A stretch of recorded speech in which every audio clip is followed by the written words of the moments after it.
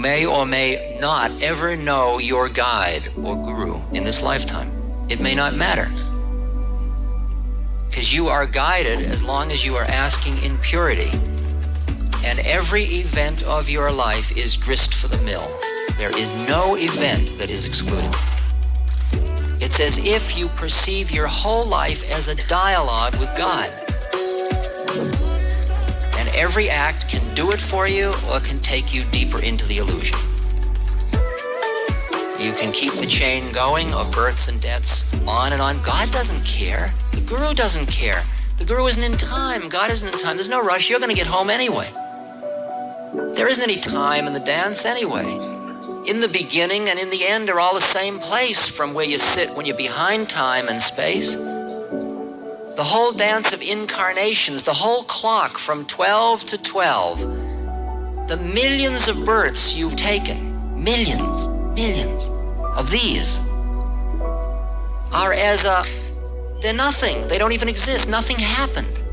The beginning, the middle, and end are all here now. You are already the fully enlightened being, but you don't know it because you're busy being at 3:30 or 6:15 or 10, trying for 10:30.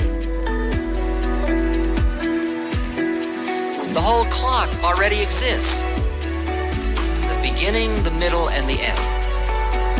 And what is potentially lying within you, which you know, is the capacity to be conscious, free of time and space, free of attachment to any form, any plane.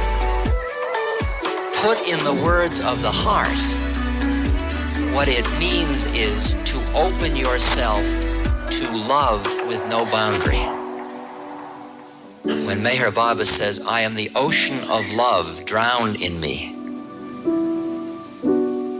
to open your heart and let that love flow and pour and grow and open and flood you and flood the universe.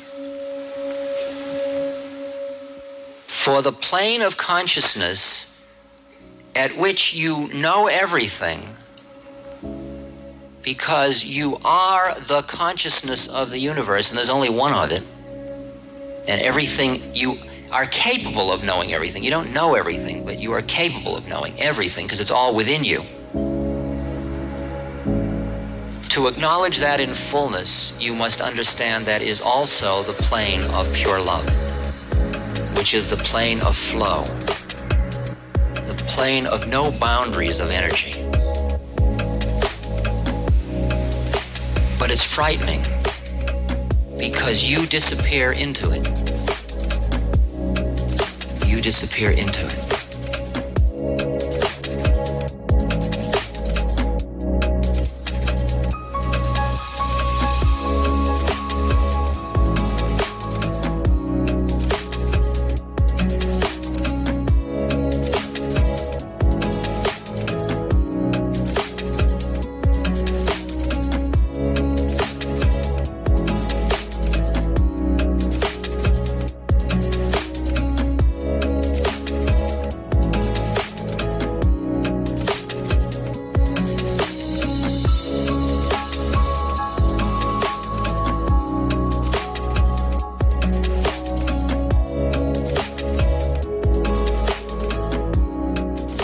Though I speak in the tongues of men and of angels,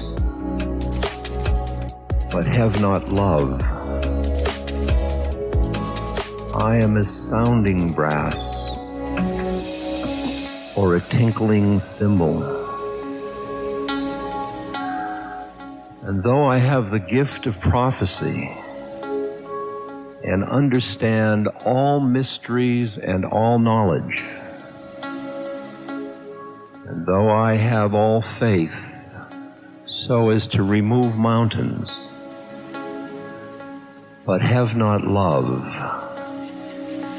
I am nothing.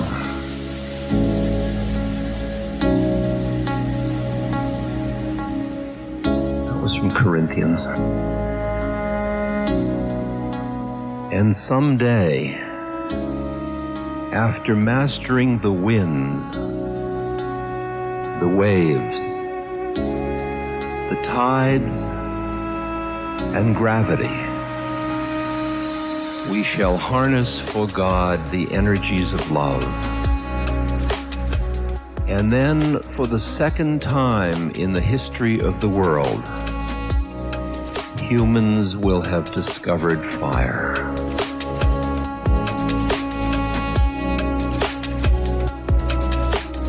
That's 𝒹𝒶𝓈𝓈.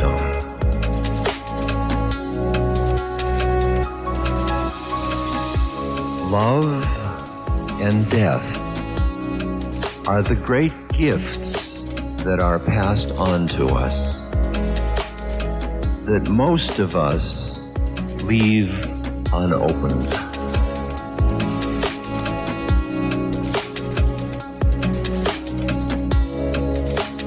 That is from Rilke.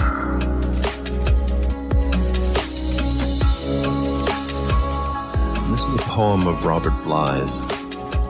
A man and a woman sit near each other, and they do not long at this moment to be older or younger, nor born in any other nation or time or place.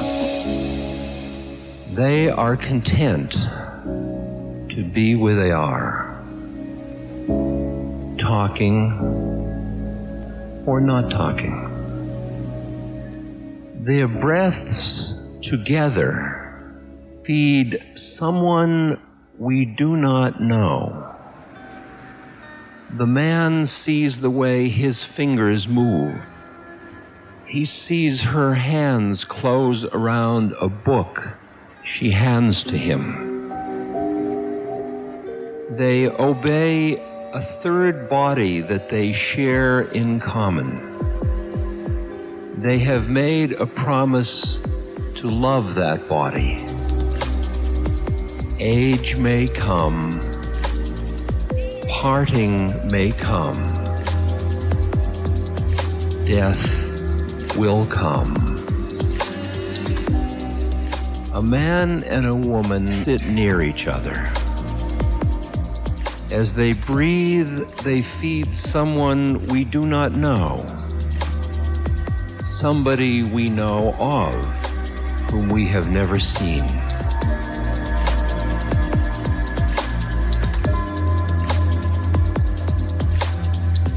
Just keep letting these run through you, sort of like Chinese food. Don't hold on to them, just let them come and go.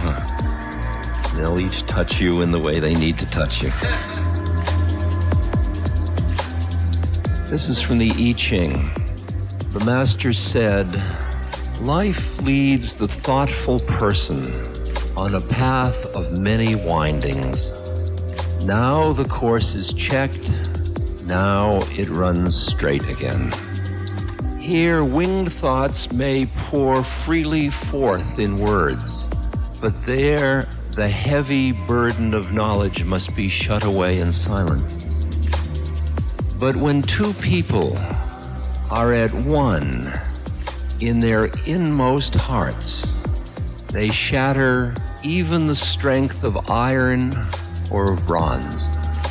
And when two people understand each other in their inmost hearts, their words are sweet and strong, like the fragrance of orchids."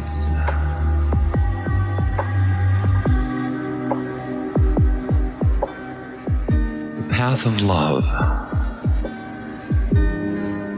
the path of the heart, the path of emotion, relationship, dualism, taking you to the essence of love, taking you from loving to being love. It is the path of the heart. It, like all paths, is fraught with pitfalls and traps. And most of our emotions either are in the service of our minds or are frightening things that overwhelm us and make us afraid, so we protect ourselves from them. So we come through life a little bit like hungry ghosts. We are beings that have huge needs for love. But seemingly it's like we have some kind of amoeba that doesn't allow us to digest our food. So though we get love, it goes through us and then we need love all over again. And it's so deep in all of us that we've built a whole reality around it. And we think that's the way it is. That everybody needs love, and that if you don't get it, you are deprived, and that the more of it, the better, and you need it every day from everything. In that sense, it's like an achievement. You see people that are achievers, the minute they achieve something, it becomes irrelevant. And their awareness turns to the next achievement, because they are addicted to the practice, not to the goal. The predicament with loving is the power of the addiction of the practice of loving somebody, of getting so caught in the relationship that you can't ever arrive at the essence of dwelling in love. If you imagine it in this sequence, that you are cut off in your heart from love, so you feel hungry. What that hunger is the hunger to come home. It's the hunger to be at peace, to be feeling at one in the universe, where lover and beloved merge. It's the place to feel fulfilled in the moment, to be fully in the moment. Closed off, you are like a bee looking for a flower. You're flying around, buzzing, looking. And just as with baby ducks, you can create a silhouette of a mother duck. And with a baby duck, if you run that silhouette by, that is the particular key stimulus that will awake the response of following and opening the mouth. And it's called imprinting. And so you can imprint the duck to a silhouette of a mother duck. So there are certain very deep patterns, whether they're psychologically learned or karmic or astral in terms of your astrology, whichever level you want. There are a set of factors in you that are like a lock waiting for a key to open it, but the key must fit into that lock. It must be a certain pattern or concatenation of factors. Like the fact that I could open to my guru, I am sure had something to do with my relationship to my father. You think, well, the spirit is the spirit and psychological is psychological, but all of your psychological conditioning prepares you to be attracted to certain methods or certain paths or to certain people. For many people, the energies they're working with at the time they are seeking this love so strongly are second chakra energies. Energies of desire, of sexual desire, of desire for union that is relational, and the energy gets into that pattern. And you associate making love as a vehicle to coming into love. So you're going along as a little lock waiting for key, and along comes a shadow of lover goes by, and like a little duckling you turn and you start to walk after it. It just happened to be the particular pattern that turned you on, that opened you up, that did it. And you say, I think I'm in love with him or with her. See, that's the key right there. Not I think I'm in love. I think I'm in love with her or with him. And if you're lucky, your key unlocks her or his lock, and his key unlocks your lock, or her key unlocks your lock. So you get into you love me, I love you, here we are.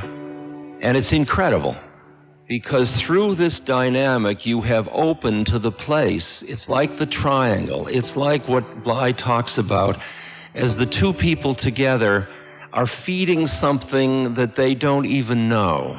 It's they're feeding the unitive space behind the dualism. They're feeding the quality of love. And when they're together, they touch it. What we're really saying is, when you say, I am in love with you, said somewhat blandly, you are the key stimulus that is opening me to the place in myself where I am love, which I can't get to except through you. So you can imagine if you've been going around like a hungry ghost, starving for love, and you suddenly meet somebody that opens you to this well, this reservoir, this ocean of love, this ocean of feeling at home, and it's all rye bread. You know, you're just so happy. That quality that happens when you open to that, and you did it through meditation, or you did it through falling in love, whatever your method was, through acid, whatever you did it through, don't you get addicted to your method. You know, if acid did it, you want to know who your connection is, don't you? So if you met a master and the master shared with you a method, and the method worked to tune you to the place in yourself of awareness of love, you end up loving that method and you love that master, and the minute you do it, you get really drunk on it and very addicted to it. And fanatics in every religion are really, you call them adepts or addicts, because all methods are traps. And yet the bizarre thing about methods is they don't work unless you get trapped. So you can only hope that a method ultimately, after it traps you, it self-destructs, and you are left free of method. But you got to go through the method. And the method is scary because it does trap you. And the path of love is where you open to that quality, but the method that opens you when you're hungry is usually another person, and then you get very attached or addicted to being in the presence of that other person, and then starts the fear that that person is going to die or leave you or won't be around, and then you get jealous and possessive, and on it goes, and you just keep creating a hell realm around the addiction to the vehicle for coming to love. For even as love crowns you, brings you into that space, so shall it crucify you. Even as love is for your growth, so is love for your pruning. Even as love ascends to your height and caresses your tenderest branches that quiver in the sun, so shall love descend to your roots and shake them when they're clinging to the earth. And this one from 𝒹𝒈𝓈𝓈. To enter the valley of love, one must plunge wholly into the fire. Yes, one must become fire itself, for otherwise one cannot live there. One that truly loves must resemble fire, her countenance a flame, burning and impetuous like fire. Now let me show you where the problem is. This is from Hazrat Inayat Khan.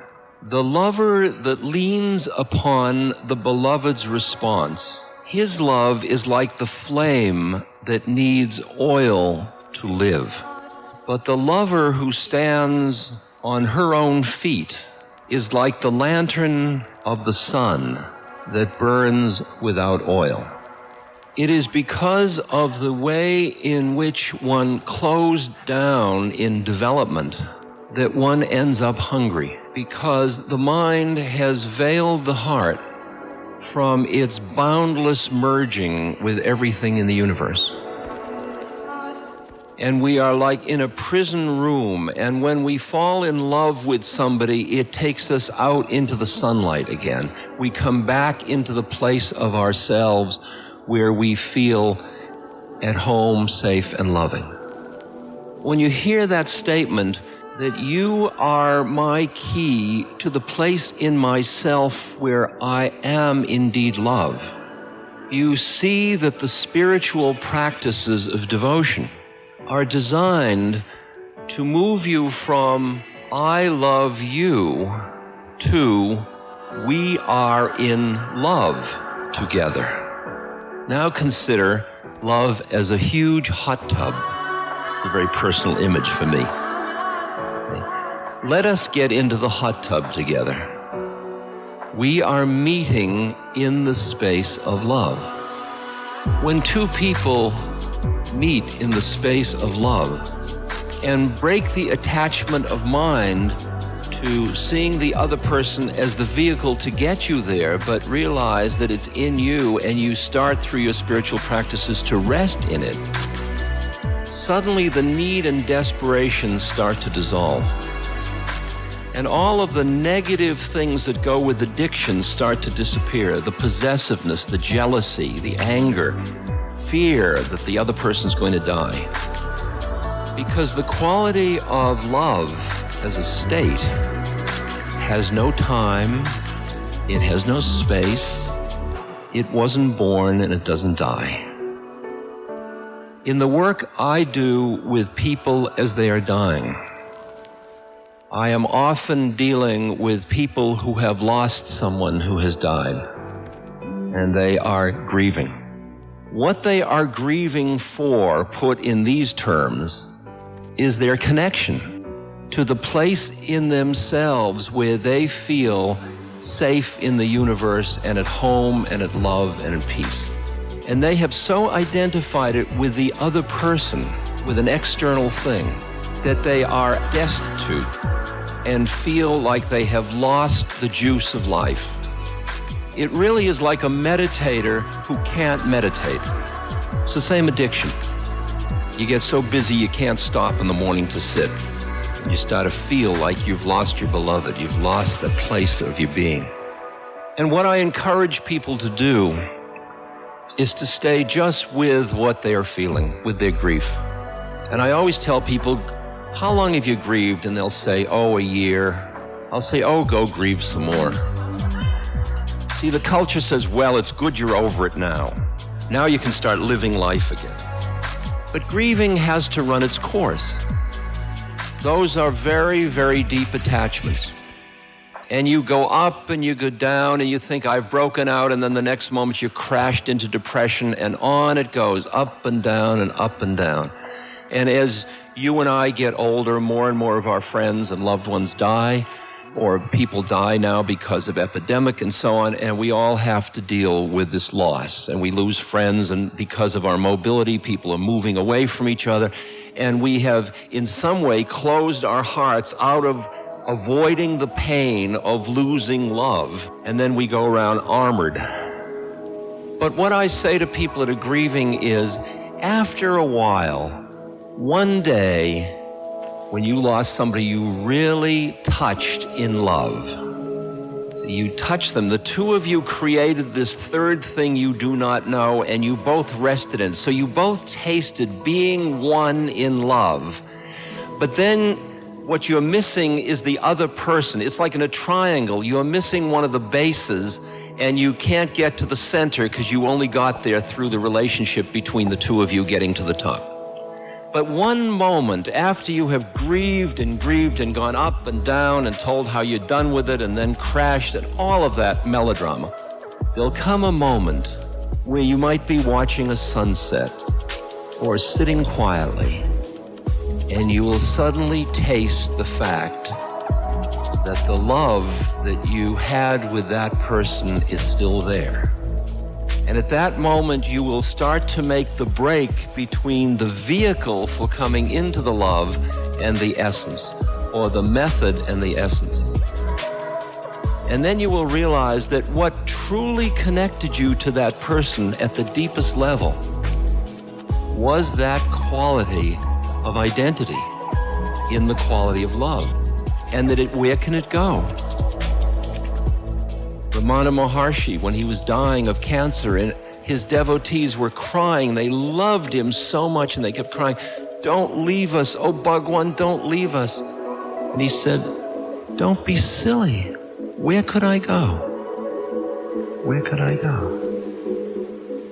So seeing those levels of love and the nature of relationship, we see that relationship goes from a path in which there is incredible need because we are hungry ghosts in need of love. And as the path works and we start to come into love, we start to rest in it, and then relationship becomes a celebration. It no longer is needful, it's the play of form. Is that coming through? Can you hear that issue?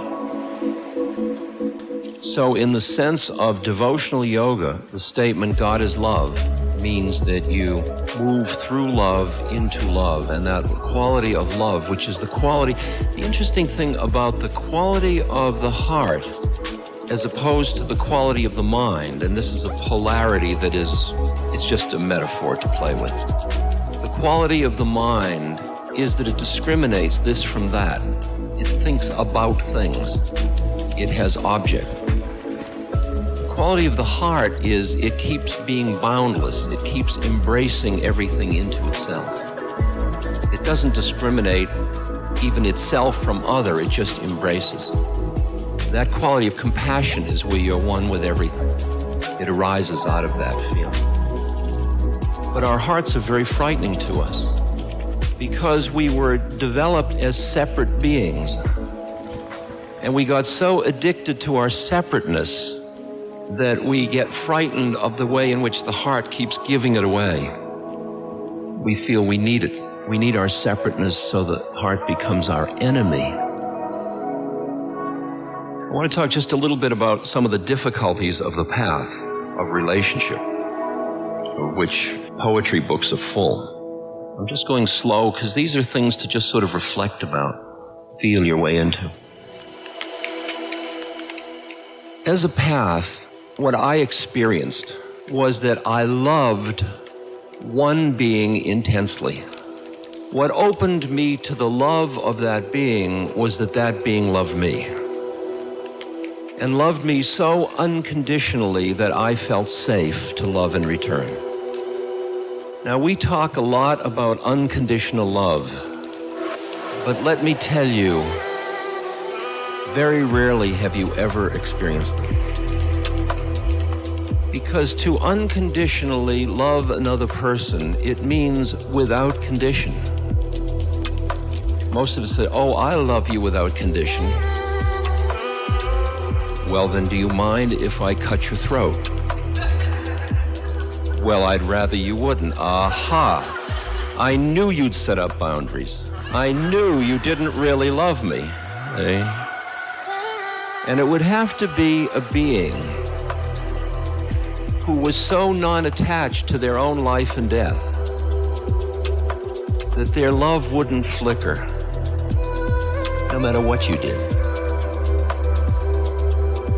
That's a great story about the time when a country was being overrun, a Buddhist country, and the armies of the overcoming country, we had a recent example in China and Tibet, but this was before that, long before.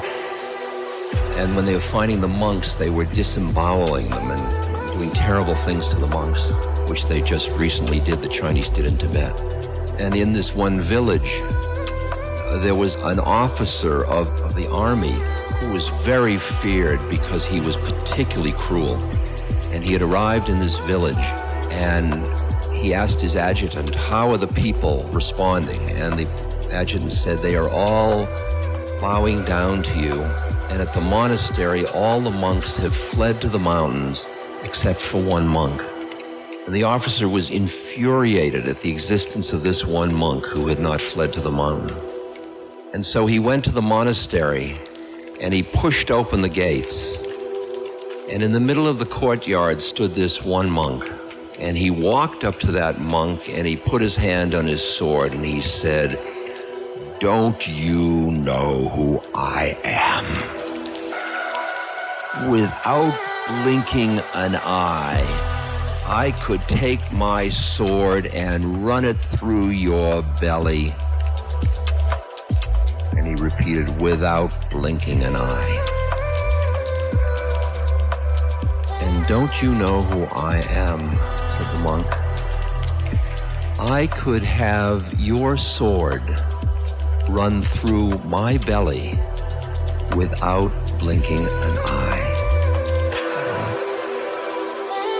That's unconditional love. You ready? The next time you say, "I love you unconditionally," you just think about it. Just think about it. And when I met my guru, I really felt love unconditionally. And what happened was, I opened, and then I became very attached to his form, and to being near him, and to looking at him, and to touching him, and to bringing him gifts, and breakfast in bed, whatever. Just like you do with your beloved. You want them to be happy as long as it includes you. Well, I'll be happiest with somebody else. Oh, wonderful, because I love you so much. See about unconditional love? See how quickly it gets you?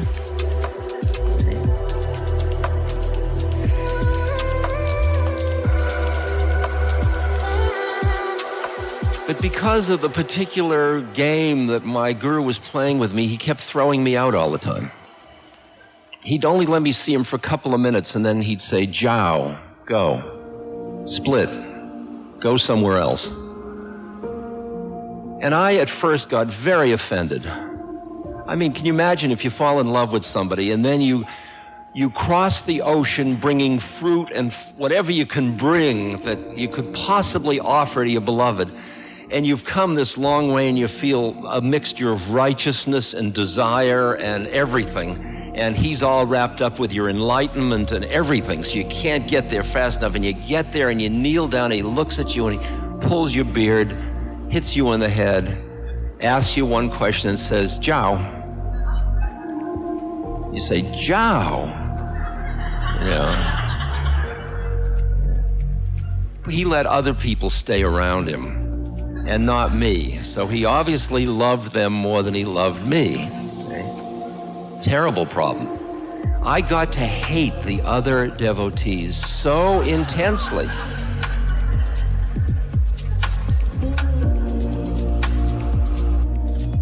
But then he took me through this trip, which most of you know that have read any of the stuff I've written. And I'm just going to take you through because it's so delicious as a teaching. Even if you've heard it, think of how many times I've heard it.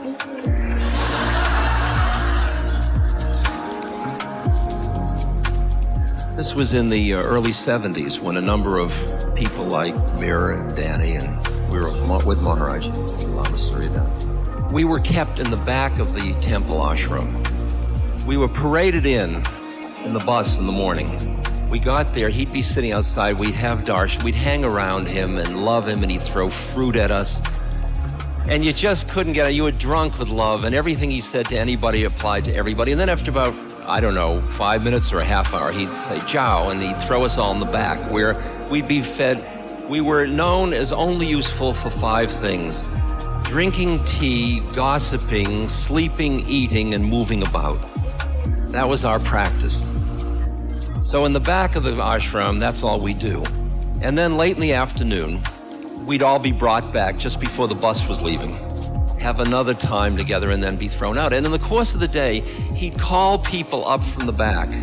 There was one woman who sang beautifully, so he'd call her up and say, "Sing," and she'd sing. It was like little performing animals, you know. You wind up and out come.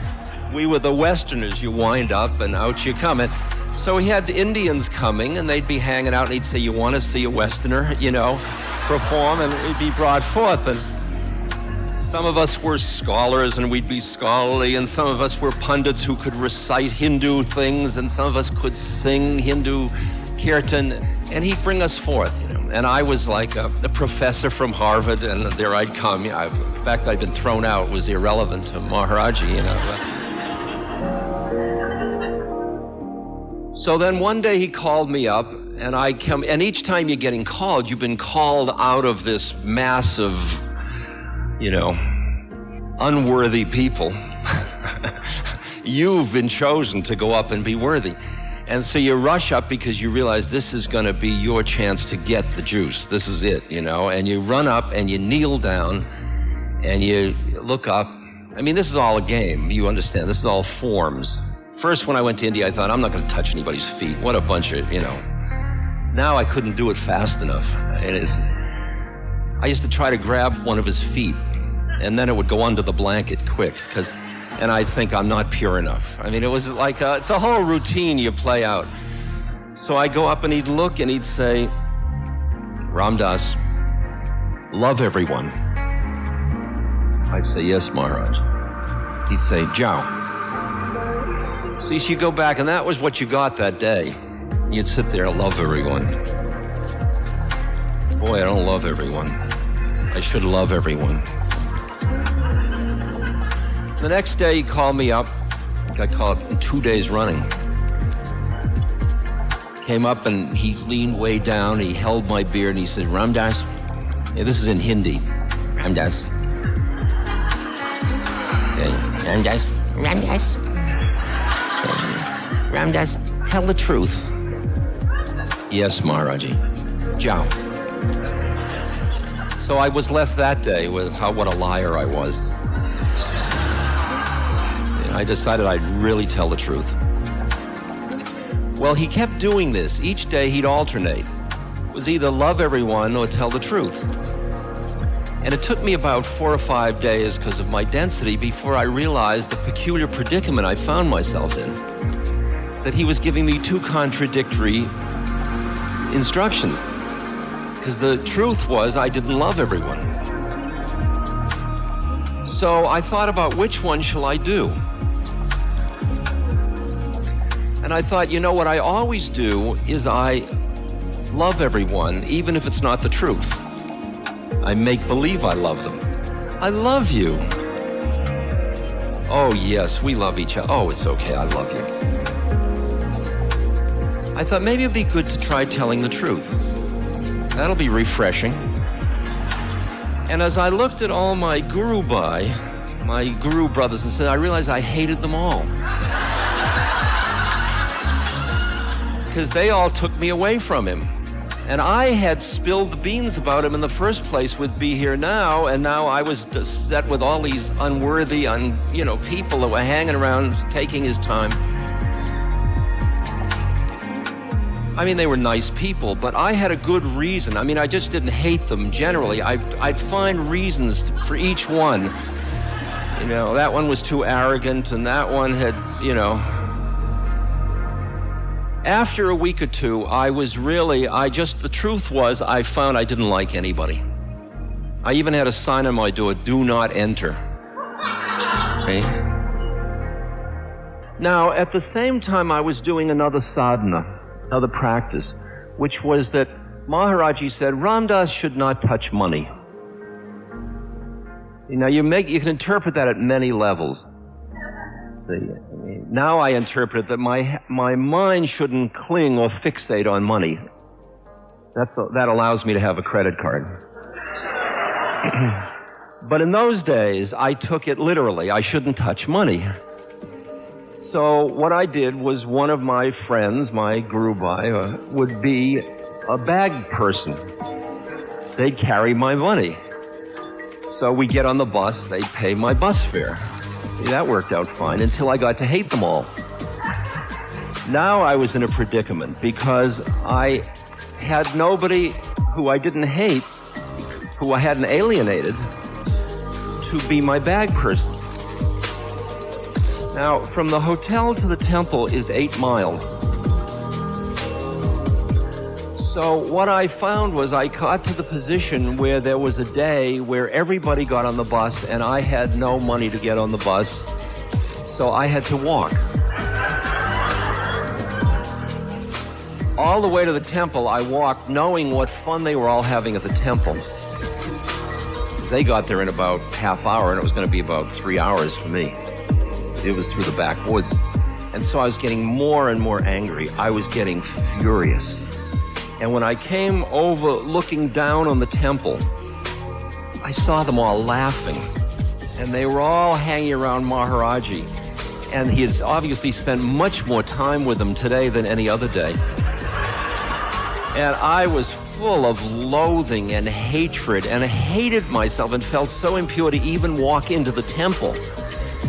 And I walked in, and by then, they had just, as I came down, they were all, had their lunches. They were sitting on a porch with leaf plates and their food. And I came in, and they might have been talking about me, I don't know, but one of the people who I especially despised came up with a leaf plate of food and offered it to me. And I took it and I threw it at him. See?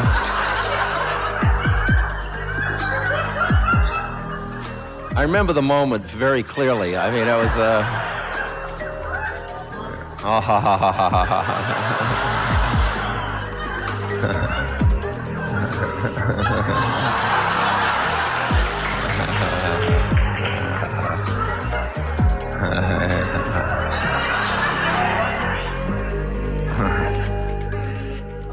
and I heard Maharaji from across the courtyard.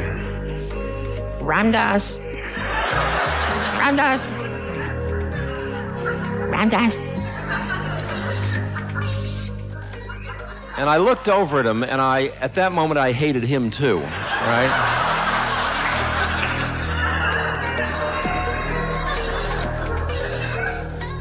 And I went across the courtyard pissed. I mean, I was really angry, and I sat down in front of him, and I looked up at him, and I was like, you know, I was so, my bones were aching. You know how that gets when you're really constricted.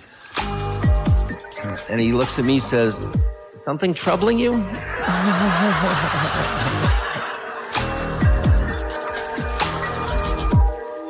I said, "Yeah."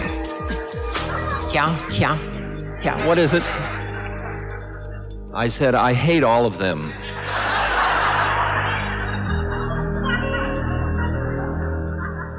And I said, "And I hate myself."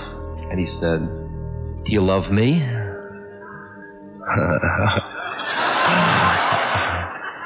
And I looked at him, and it just fell apart. I opened and I started to sob, absolutely sob. I said, "I love you." And I was sobbing, and he went and he sent for milk, and he was pouring milk down my throat, and he was patting me on the head, and I went through the whole catharsis and all of that. And then he came up to me, kind of nose to nose. He leaned over on his tucket, and he said, "I told you to love everyone." I said, "But you told me to tell the truth. And the truth is, I don't love everyone." And he leaned forward and he said to me, "Ramdas, love everyone and tell the truth."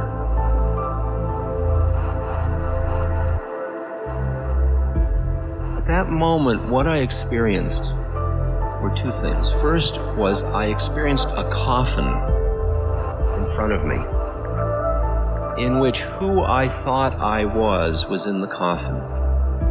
Who I thought I was somebody whose truth was that they didn't love everyone.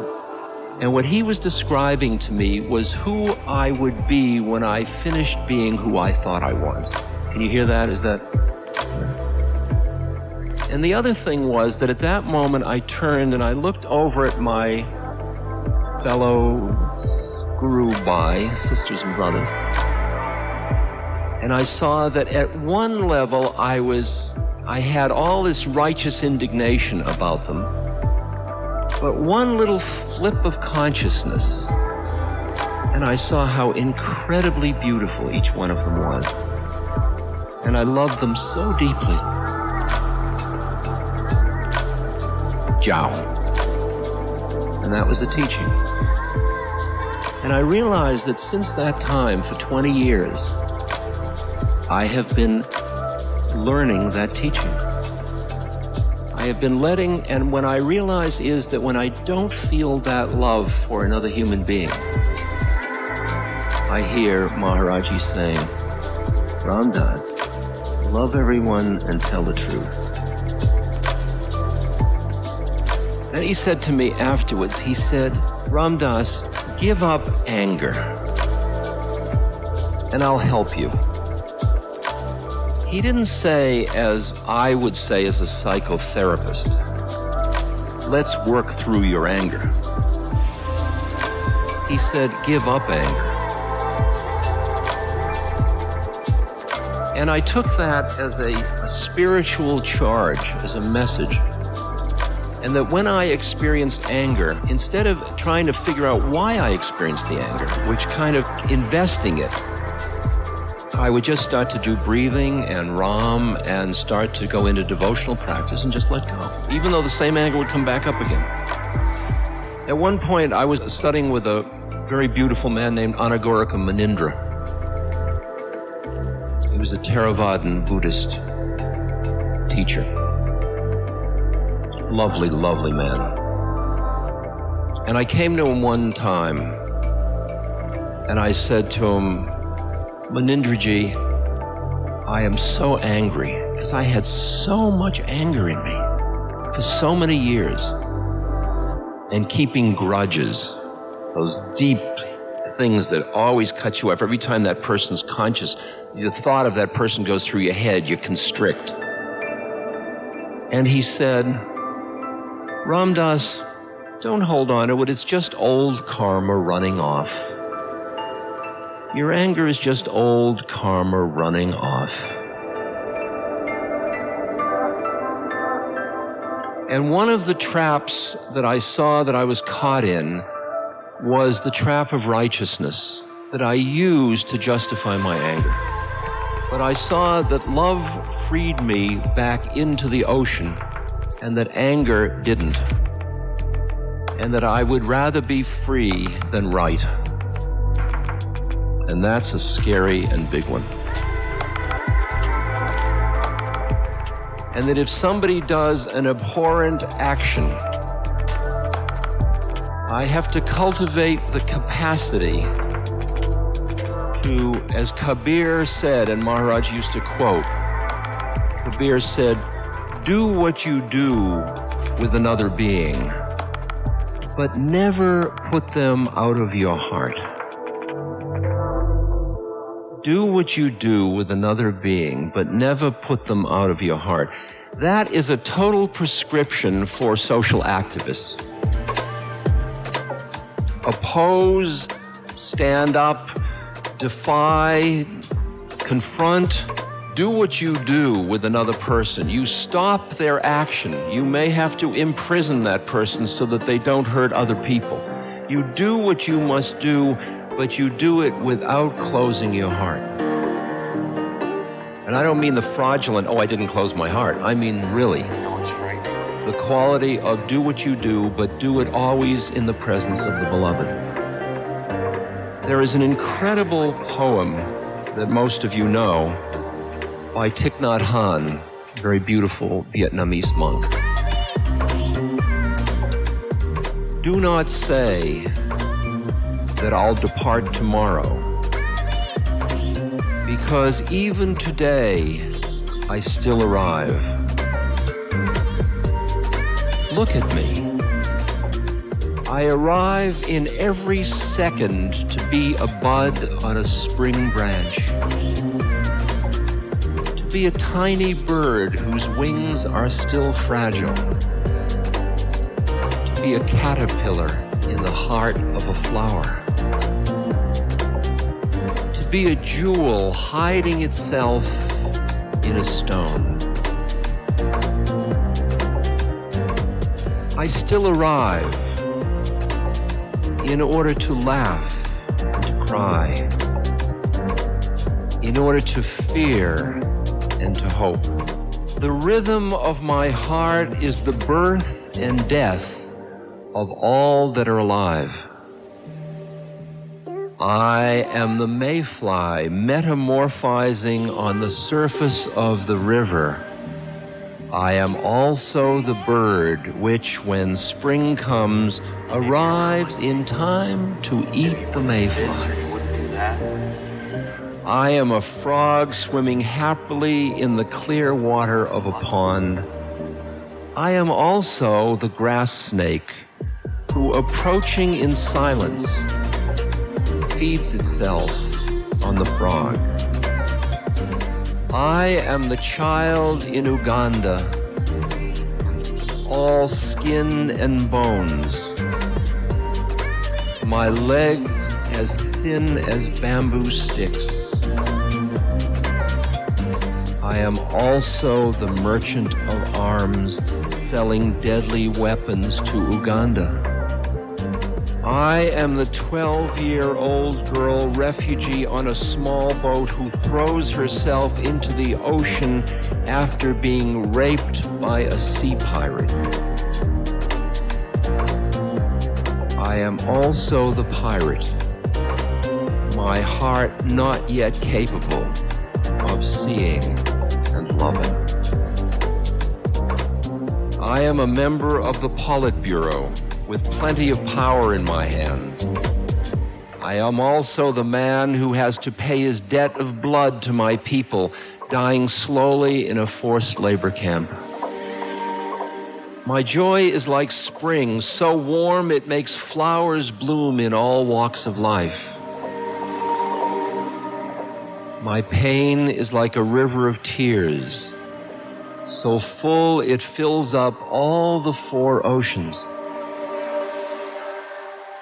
Please, call me by my correct names so that I can hear at the same time all my cries and my laughs, so that I could see that my joy and my pain are but one. Please, call me by my correct names so that I could become awake, so that the door of my heart be left open, the door of compassion.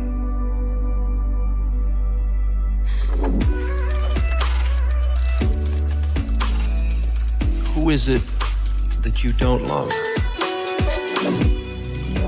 Who is it that your heart closes to? Yourself? Someone else? The practice is clear. You start a practice. I've kidded a lot about what I've done that in this puja, this beautiful puja that's developing. That at one point I saw that there was somebody who closed my heart, and his name was Caspar Weinberger, and he was the Secretary of Defense. And I didn't like what he was doing, and I didn't like him. I thought he was a righteous jerk. So I thought, I've got work to do with Caspar. So I took a picture of Caspar and I stuck it on my puja table. And there was Buddha and Christ and the Divine Mother and Mary and Anandamai and Caspar Weinberger. And in the morning I'd light my candle and my incense and Buddha. Christ. Maharaji. Ananda, my mother. Hello, Caspar. I saw how far I had to go. See? And it was just a practice of seeing this poor schlep of a soul who had this really heavy-duty incarnation to go through of being a jerk. And I was busy responding to the incarnation rather than to the essence. And it was like the two levels. It's like having bifocals and you're looking down when you should be looking up. What you find, though, is that there are people that represent things that are so close to stuff that you're stuck with, attached to, that there's aversive to you, that you project outward into them, and then you hate them. And it's really partly, it's all projection, actually.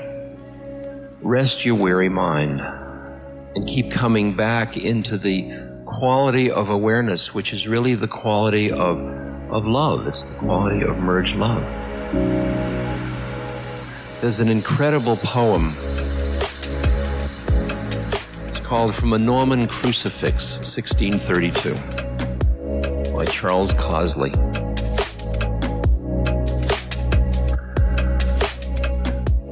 I am the great sun, but you do not see me. This poem is God love talking to you.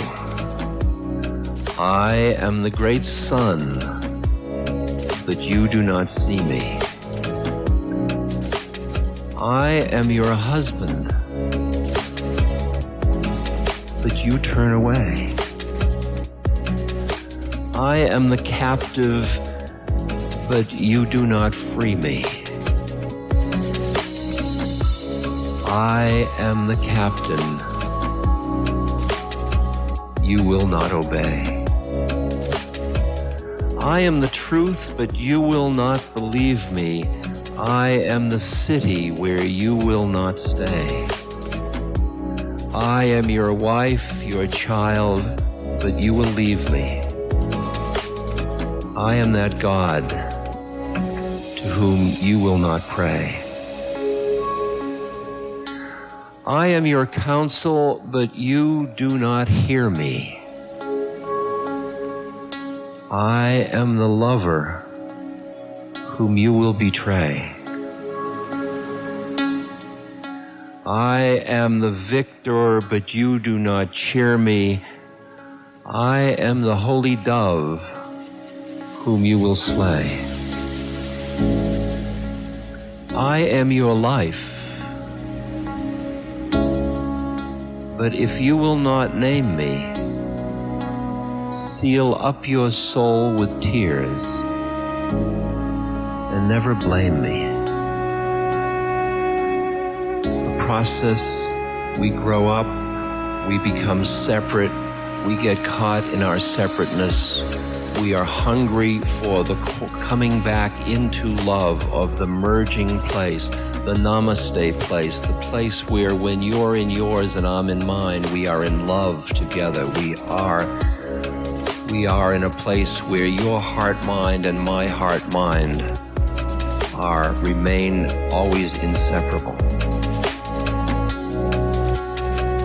We get hungry and we finally break out through one technique or another, through loving somebody, perhaps your baby or your parent or your cat or somebody safe, somebody abstract, or a Christ or a Maharaji or somebody, and you open, and it feels so good to be in love. And in the path of devotion, you get so addicted to that experience of the intimacy between the lover and the beloved that you keep being drawn into the singing and the stories and the images and the remembrance of, and you're just thinking about it and tuning all the time just to stay in that intimate, loving relationship with that which you love. And then there's this little shift where you start to ask the question, what isn't God? And then you start to look at all the different faces and aspects and see, watch your heart close around judgment. And then you practice opening it and looking and loving this as a manifestation of the beloved. Something that is the way the beloved is taking form. And then the love starts to get vast. And then it starts to get more impersonal. This is a quote from Anandamayi Ma. Great, great, great saint. Incredible, incredible being. She said, This body has lived with father, mother, husband, and all. This body has served the husband, so you may call it a wife. It has prepared dishes for all, so you may call it a cook. It has done all sorts of scrubbing and menial work, so you may call it a servant. But if you look at the thing from another standpoint, you'll realize that this body has served none but God. For when I served my father, mother, husband, and others, I merely considered them as different manifestations of the Almighty and served them as such. When I sat down to prepare food, I did so as if it were a ritual. For the food cooked was, after all, meant for God. Whatever I did it in a spirit of divine service. Hence, I was not quite worldly, though always engaged in household affairs. I had but one ideal: to serve all as God, to do everything for the sake of God. But listen to this one of hers also. You all love this body so much that you often come to see me, unmindful of the long distance that many of you have to travel. Yet it is true that this body has no relationship with any of you except the kinship of the Atma, meaning the source, the truth, the love, which this body enjoys equally, not only with each of you, but even with all trees, creepers, and foliage around, as well as with rocks, mountains, and everything else.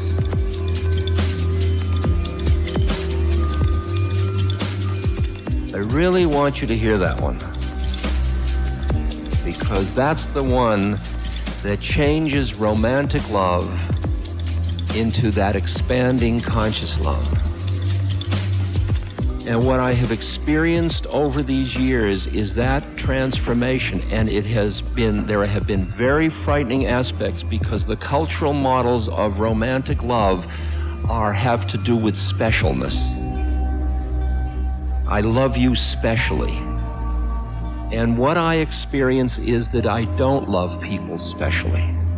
I have special work to do with one person or another, but I love beings, and I'm getting to love universe, and I'm getting to love the manifestation. And it's interesting because people keep wanting you to love them specially. And I don't feel it anymore.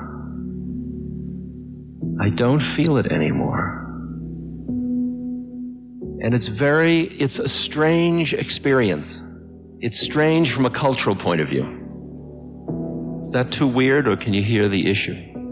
It's a transformation that goes on.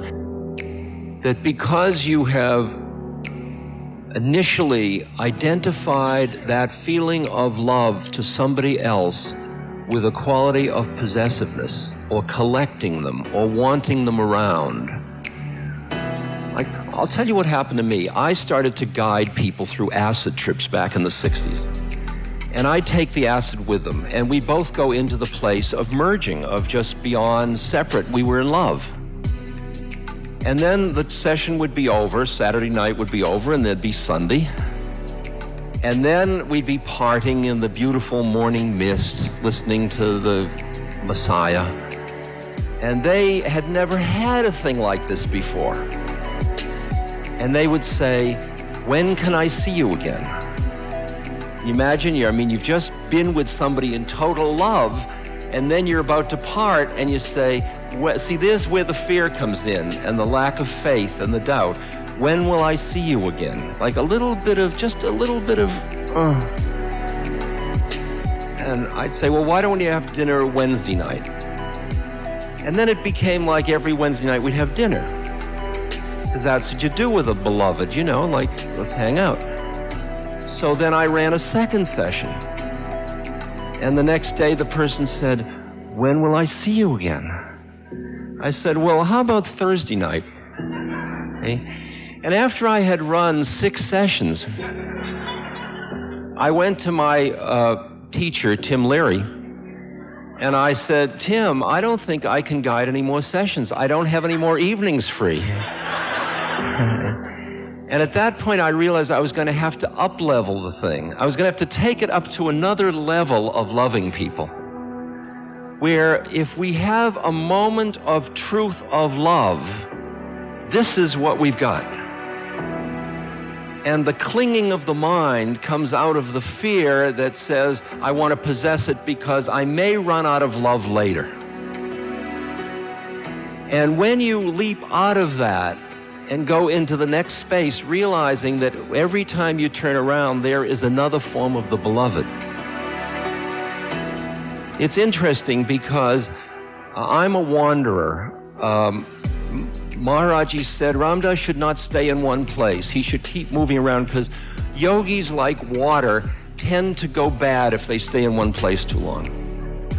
And not bad in the evil sense, but bad in the clinging, habitual way of having a building around you, a kind of a cocoon of safe emotional space. And it's much different when you're on the road all the time and you're meeting motel keepers and they're your host for that moment, and on and on and on, and airport people and all that. Is that the beloved? Are you traveling with the beloved, or are you waiting to get home to the beloved? And there was a moment where I was sitting in a motel in Middle America, and it was one of those really plasticky Holiday Inn type places. And I had arrived, and I went into my room, and I sat down, and I was starting to set up my little puja table on the plastic thing, and, all that stuff, moving the menu and stuff, and sitting there, and it was kind of depressing, and I thought, well, a few more weeks, and I'll be done with this tour, and I can go home. And then I saw the pain that thought was creating for me. And I got up, and I walked out of the room, closed the door, walked down the hall, turned around, came back, unlocked the door, and yelled, I'm home. Okay. And I came in and I sat down and I looked, and, I wouldn't have decorated particularly this way, but, what the hell, I thought, if I'm not at home in the universe, boy, I got a problem. If I say I can only be home here, not there. What is home? Home is where the heart is. Home is the quality of presence. It's the quality of being wherever you are. But when you've gone from the hunger, this hungry sponge, looking for somebody to love and finding somebody and then wanting to hold them and have them around because you're afraid you might run out later, and you know how horrible that is. And then you start to cultivate these inner qualities of spaciousness and awareness, and you begin to feel this love, not in a possessive way, but in a like light pouring out of you. And you just love people just because they are. You love things because they are. You see the manifestation, the awe, the mystery of the divine in form. When that starts to happen, you still have your old models of possession going. They haven't been burned out yet. So when you love the second person, you want to collect them too. And then the third person, you want to collect them too. I usually kid about my story is that you fall in love with somebody and you nest, and you collect feathers and build a nest and straw and grapes and stuff. And then you need to go to the supermarket and you get yogurt and beer, and you're at the checkout counter, and you look into the eyes of the person at the checkout counter, and the thing happens again, because the eyes are the windows of the soul. And you're in love. Because now you're starting to function from this place. When you're in this place, everybody you look at is your lover. When you are in love, you see love where you look. So you look, but your old model is, I got to collect this. My God, this is great. We are in love, and it's the checkout person. See? So the question is, have you considered a ménage à trois? Are you opposed to open marriages, you know? But then what's going to happen? You walk down the street and you look, and there's another one. Pretty soon you're the Adamite community or one of those kind of things, you know, and the politics get so complicated. Plus the emotions of everybody that thinks they're the special, you know, the first of this. And you realize you've got to graduate from a deprivation model to an abundance model. And I don't mean that in the kind of cheesy way it's often used. It's abundant so I can have it. It's abundant because you are it. That as you become love, you get to the point where you walk down the street and somebody comes and it is the most beautiful thing again that you have ever seen again. And you look and you look and you appreciate and you love, and your eyes may meet and you both recognize the love and you don't have to do anything about it. So you go through from come live with me to let's have coffee together to would you give me your number to how about a calling card to a wink to are you experiencing what I'm experiencing? Wasn't this great? Fantastic. Or God is love, or and then you just looking at your beloved. And it's nothing special to be in love. It's nothing special. It's very ordinary. How alien that is in this culture to think that being in love with the universe is ordinary. It's ordinary.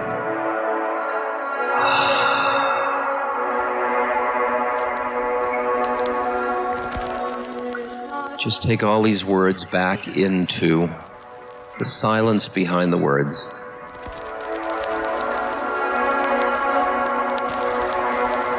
I want to hear it for myself. Kabir said, since the day I met with my Lord, there has been no end to the sport of our love. I see with eyes open and smile, and behold the beauty everywhere. I utter the Lord's name, and whatever I see, it reminds me. Whatever I do, it becomes worship. The goddess is everywhere.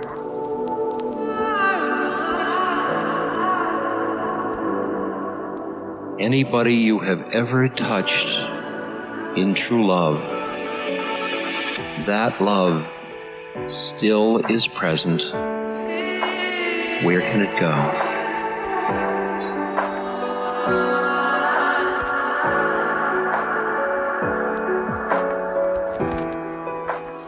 Anyone who you've closed your heart to with your mind, rest your weary mind.